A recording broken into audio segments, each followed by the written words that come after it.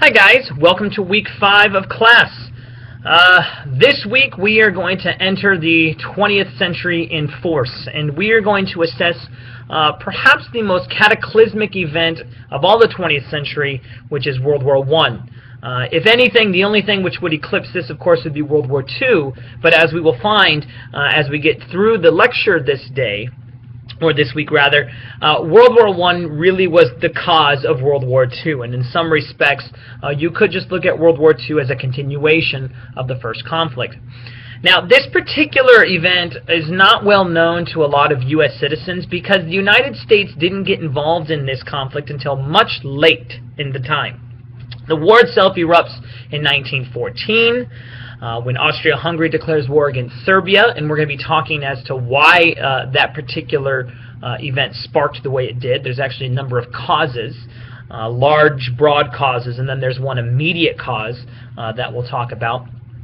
Okay, but we don't, as the United States, get involved until 1917, and really major numbers of troops don't get into the Western theater until 1918, which is when the war ends. And so, because the United States played a little role militaristically, it's not really something that a lot of Americans are aware of. But I think it's an incredibly important event, which is why I spend this time looking specifically at this one event. Okay. Now, this week there is a lecture you want to listen to, and there's a number of films that I'm going to ask that you watch that are embedded in the film.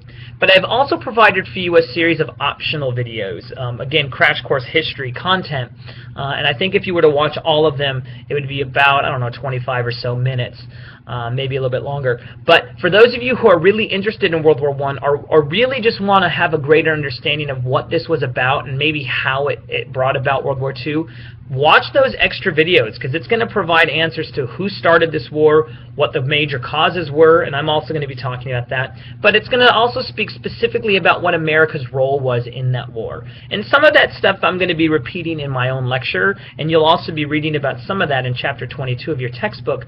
But I've provided them here as an optional resource for you should you want to look at them. Okay? And so once you get done looking at all of that, of course, this week there is a discussion board questions that you need to respond to, and please be sure to upload your questions by 11:59 p.m. On the stated due date and time, okay, so that you can get full credit for those responses. All right. So that's what we're going to be looking at this week. Other than that, I just want to remind you that you do have a midterm exam coming up in a couple weeks. Your midterm exam will be comprised of 80 multiple choice questions worth 2.5 points each. For those of you that like multiple choice questions, I'm glad, but I will tell you that I do devise my questions so that you have to think about what the answer might be. It's not just a basic regurgitation. Okay, so they are a little bit more complicated. But I also have a tendency to grade my tests on a curve.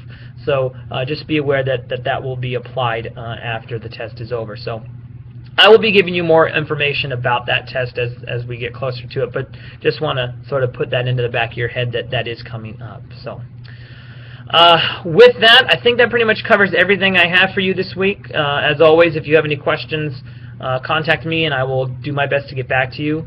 Otherwise, go in peace, be warm and filled, and may the Force be with you. Be blessed, guys.